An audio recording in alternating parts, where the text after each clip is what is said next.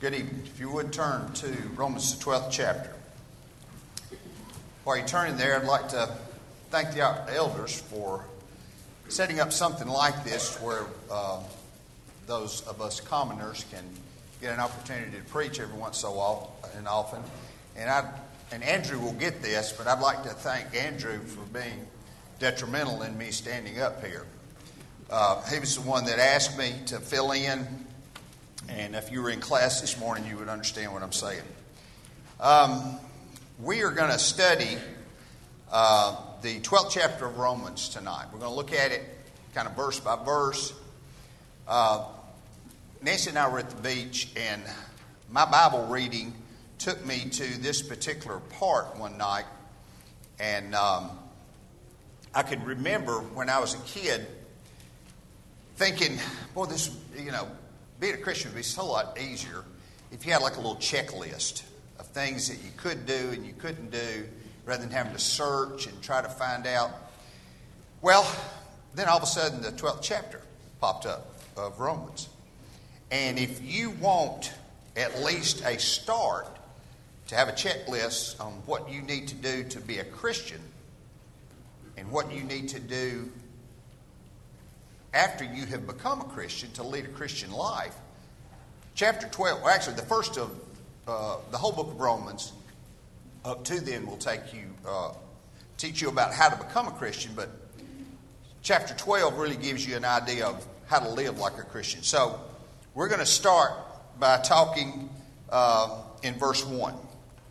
Well, the first words that he uses here, well, first let's look at it as three different sections of this. The first couple of verses, verses 1 and 2, talk about a living sacrifice. The second section of the book, or this particular chapter, talks about humility and gifts of grace. And then the last section of chapter 12 talks about the marks of a true Christian. So we're going to go over these right now. First off, we're going to start with this idea of being a living sacrifice. The first thing that Paul talks about in this is the second word of verse 1. I beseech you, therefore, brethren. I beseech you. That word beseech carries with it a little bit more of an urgency than just, I want you to do something. I beseech you to do this. And then he goes on to tell us what he beseeches us to do. He wants us, according to the New King James Version, to present your bodies a living sacrifice, holy, acceptable to God, which is your reasonable service. All right, that reasonable service, what is that? Well, that is a service that it is reasonable that we can accomplish. We can present our bodies as a living sacrifice. That's not out of our realm of possibility. That's something that we can do. Also, the sacrifice is also described as holy and acceptable to God. Well, when we think about the Old Testament and the command in Leviticus, the first chapter, verse 3, and then in Malachi 1, verses 6 through 8, what kind of sacrifices were the Israelites told to give? They were told to give sacrifices that had no blemish, and that, you remember in Malachi, he talks about that your governors, try giving this kind of sacrifice to the governors and see if they would take it. Those lame and unclean sacrifices you're trying to give to me. So we are supposed to be holy and acceptable to God. The reasonable service, again, is something that we can do. It's not, we can't lead a perfect life, but we can present ourselves as a holy and acceptable sacrifice to God. Now look at verse 2. Verse 2 says, and do not be conformed to this world, but be transformed by the renewing of your mind, that you may prove what is that good and acceptable and perfect will of God. Okay, two things. We're not supposed to be conformed.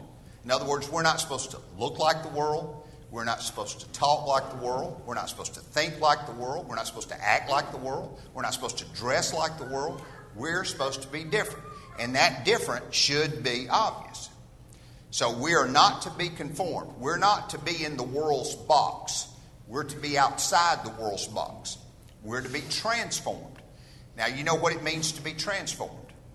Most all of you in here that are at least 25 years or below, maybe even 30 and below, know what the transformers are. The toys that change from a robot to a truck or to a tank or, whatever they change to.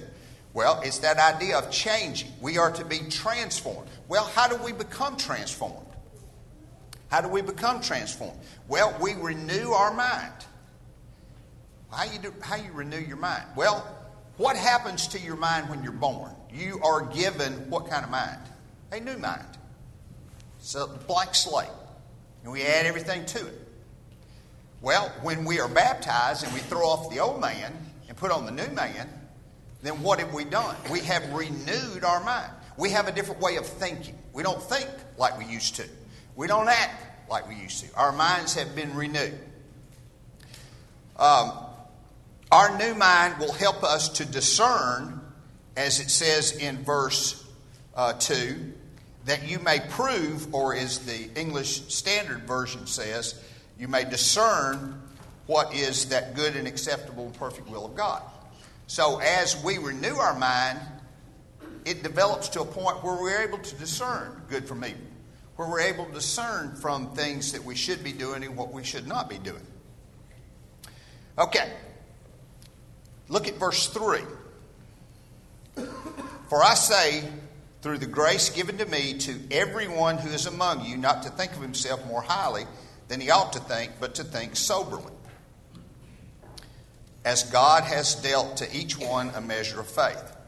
So, the next thing that's talked about in this particular section is we're supposed to be humble people. We're to show humility. And who is this humility addressed to? Well, it's addressed to everyone. It doesn't make any exceptions. Whether you're an elder, whether you're a deacon, preacher, classroom teacher, somebody that prepares the Lord's Supper, it doesn't matter. If you're old, if you're young, everyone is to show humility.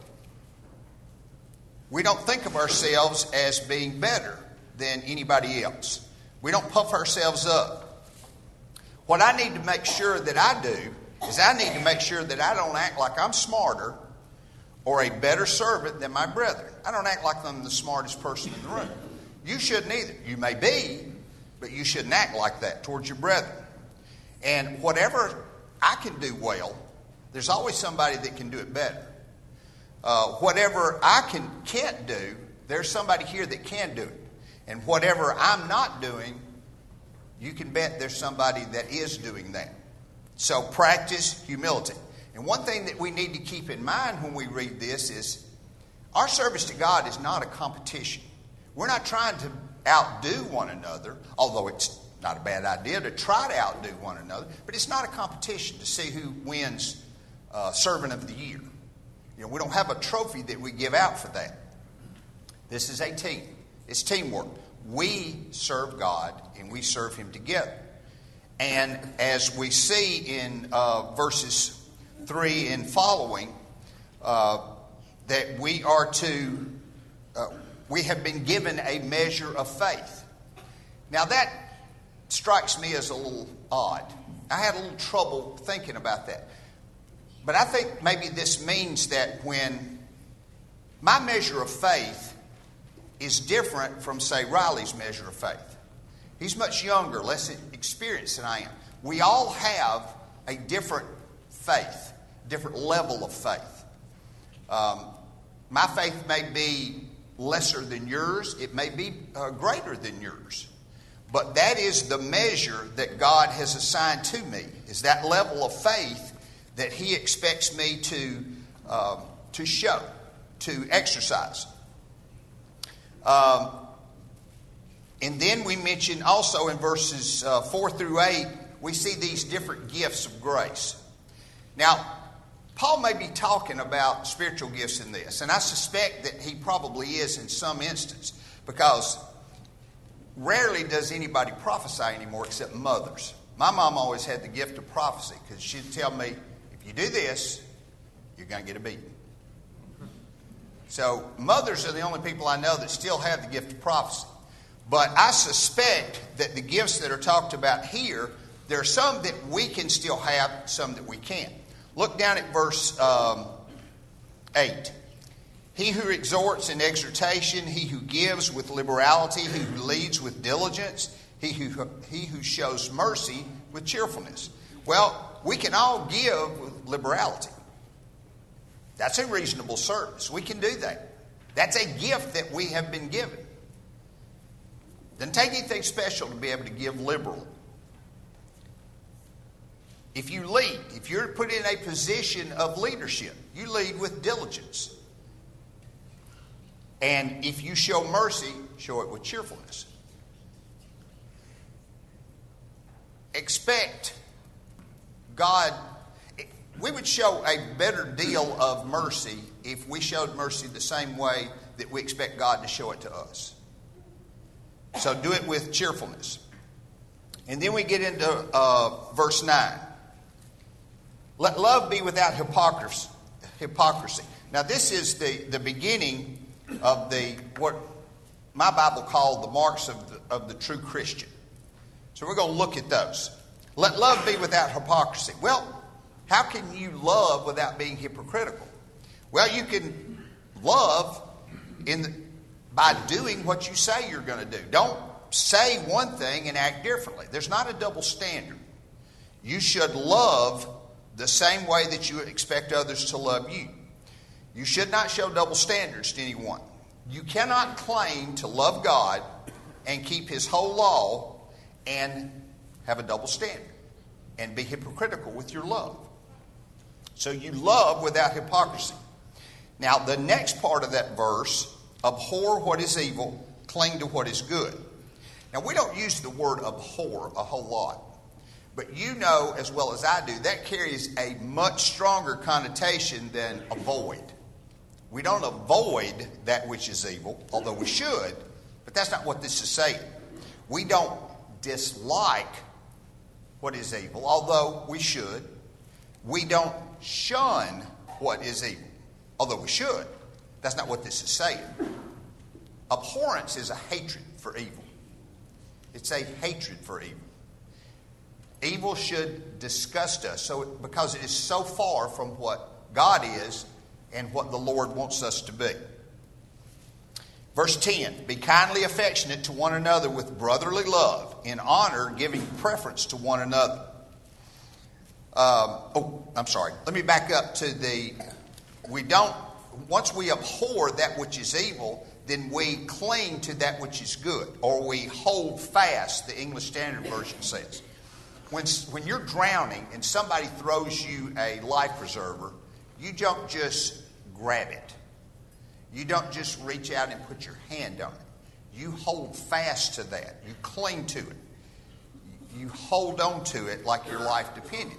Well, that's the attitude that we should have towards good, which is exactly the opposite of what we should do towards that which is evil.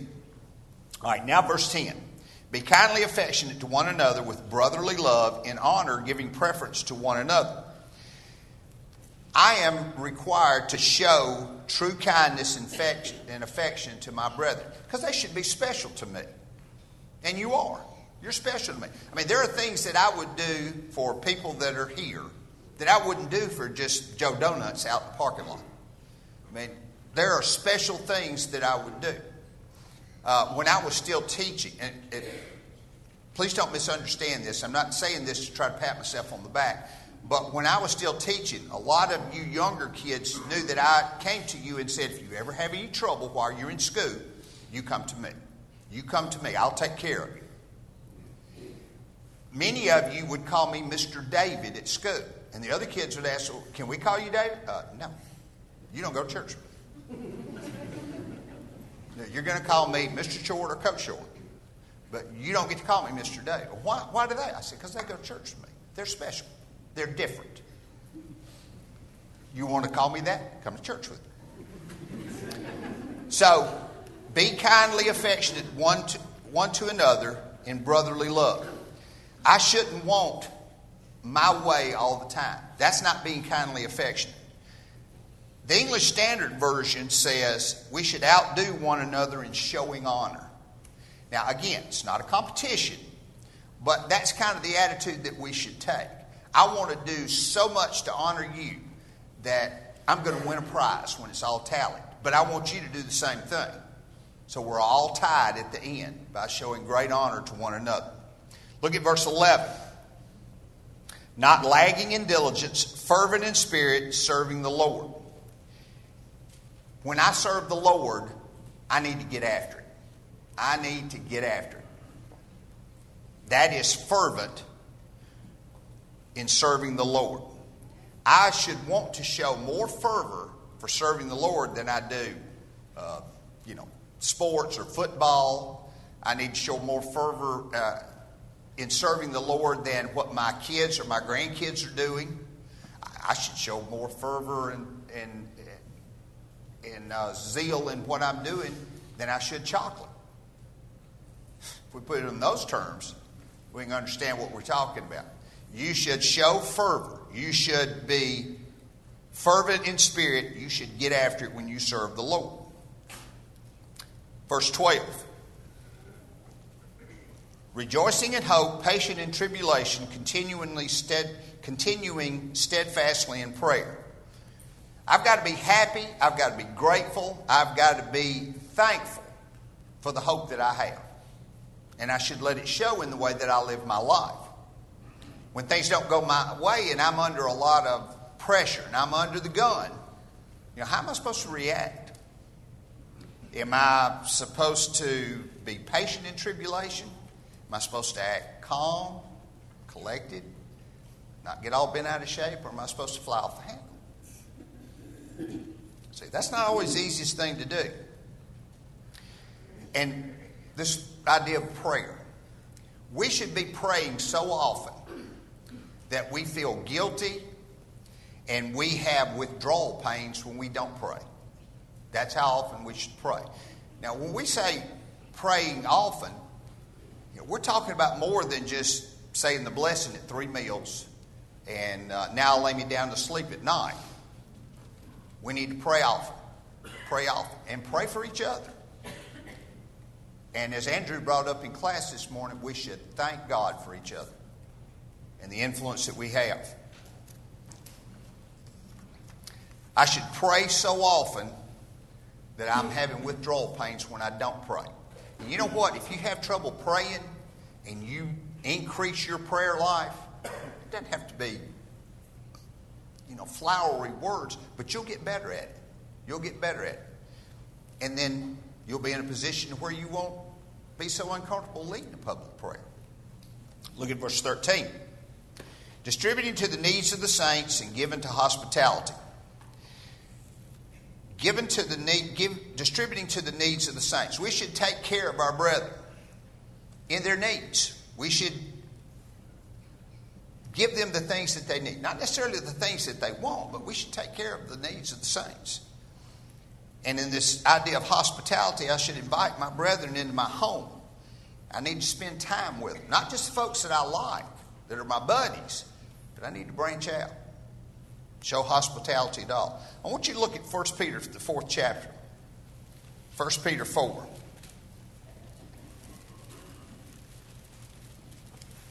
And we're going to look at verse 9.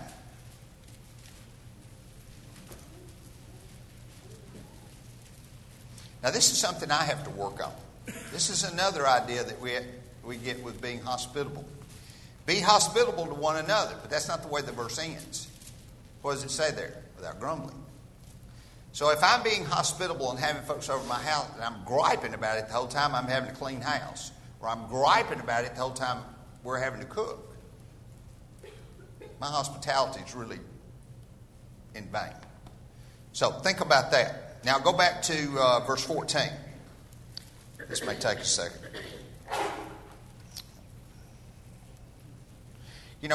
As a little side note, I appreciated the prayer that was prayed and that Jared wanted me to have a ready remembrance. But in this day and age, we also probably need to pray that our tablets work like they're supposed to if we're going to read from those.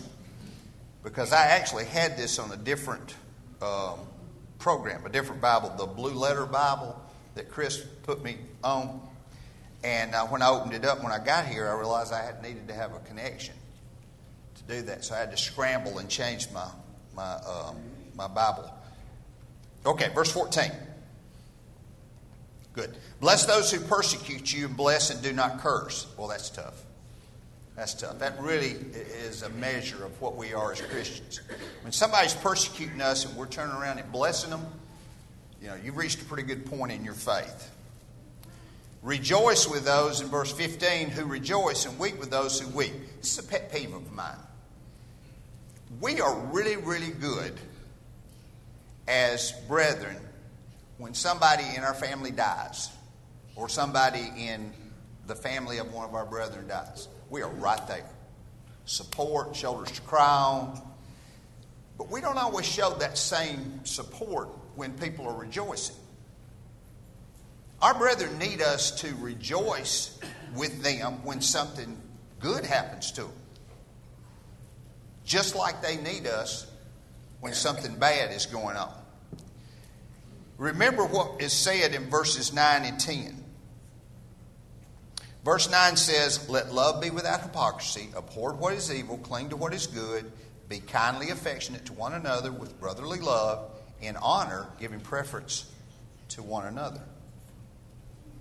So if we think about that, when somebody's having a wedding, we need to be there. I don't care if the big game's on, we need to be there to celebrate with them when they celebrate.